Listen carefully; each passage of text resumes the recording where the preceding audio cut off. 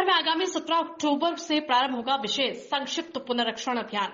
55% से कम मतदान वाले बूथों को चिन्हित कर मतदाता जागरूकता कार्यक्रम आयोजित किए जाएंगे। बुलंदशहर एनआईसी सभागृह में जिलाधिकारी चंद्र प्रकाश सिंह की अध्यक्षता में वोटर लिस्ट पुनरीक्षण के संबंध में मान्यता प्राप्त राजनीतिक दलों के प्रतिनिधियों तथा संबंधित अधिकारियों के साथ बैठक संपन्न हुई। बैठक में अपर जिलाधिकारी विवेक कुमार मिश्र द्वारा बताया गया कि मतदेय स्थल का कार्य जिला स्तरीय अधिकारियों के निरीक्षण उपरांत तथा राजनीतिक दलों के समन्वय से ही पूर्ण किया गया। जनपद में कुल 1498 सेंटर तथा 2876 बूथ हैं।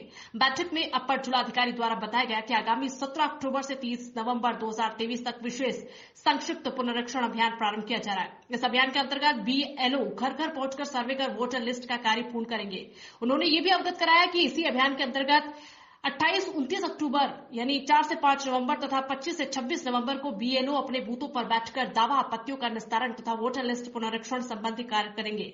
बैठक में जिलाधिकारी चंद्र प्रकाश सिंह ने विगत लोकसभा व विधानसभा सामान्य निर्वाचन में 55% से कम मतदान वाले बूथों को चिन्हित कर वहां मतदान प्रतिशत बढ़ाए जाने हेतु जागरूकता कार्यक्रम आयोजित कराए जाने तथा वोट न डालने वाले मतदाताओं की सूची तैयार करने के निर्देश दिए तथा वोटर लिस्ट पुनरीक्षण के दौरान जिस बूथ में अत्यधिक वोट बढ़े हैं या कटे हैं उस बूथ की पुनः वोटर लिस्ट की जांच करने हेतु निर्देशित किया। बैठक में ये भी निर्देश दिए गए हैं कि राजनीतिक दलों के साथ निरंतर बैठकें आयोजित कर मतदाता सूची को शुद्ध बनाने में उनका सुझाव ले लिया जाए तथा उनके सुझावों का गुण दोष के आधार पर परीक्षण कर कार्यान्वित करने के संबंध में कदम उठाए जाए। घर घर न जाने वाले बीएलओ की शिकायत मिलने के उपरांत बीएलओ के विरुद्ध कड़ी कार्रवाई करने के निर्देश दिए। साथ ही उन्होंने कोई मतदाता न छूटे निष्पक्ष पारदर्शी वोटर लिस्ट जारी करने के निर्देश दिए।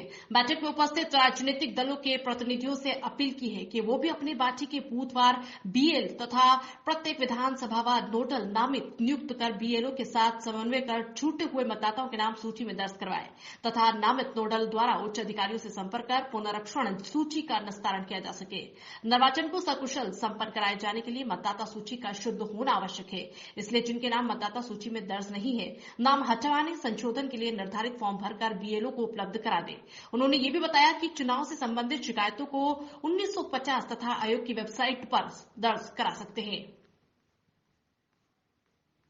2024 में लोकसभा का सामान्य निर्वाचन होना है और वोटर लिस्ट के रिवीजन का काम, बूथों के संभाजन का कार्य इस समय चल रहा है। प्रत्येक सप्ताह राजनीतिक दलों के साथ, उनके प्रतिनिधियों के साथ हम लोग और एसडीएम्स मिलकर के बैठक करते हैं, क्योंकि चुनाव राजनीतिक दलों के द्वारा ही लड़ा जाना है। इसलिए बूथ वोटर के नज़दीक हों, जहां सुगमता से लोग पहुंच सकें, अच्छी बिल्डिंग्स में हों, वोटर लिस्ट में पात्र लोगों के नाम जोड़े जाएं, कोई किसी ऐसे व्यक्ति का नाम ना वोटर लिस्ट से कटे जो वोटर हो और फिर भी किसी त्रुटि के कारण कट जाए। ये सारी चीज़ें और माननीय भारत निर्वाचन आयोग के जितने निर्देश हैं, आदेश हैं, उनसे राजनीतिक दलों को अवगत कराना, आपस में एक संवाद रहे जिससे किसी कन्फ्यूजन की स्थिति ना हो, राजनीतिक दलों को सारे नियम कानून का पता हो। इसीलिए हम लोगों ने राजनीतिक दलों के साथ एक बैठक की है जो हम हर सप्ताह करते हैं।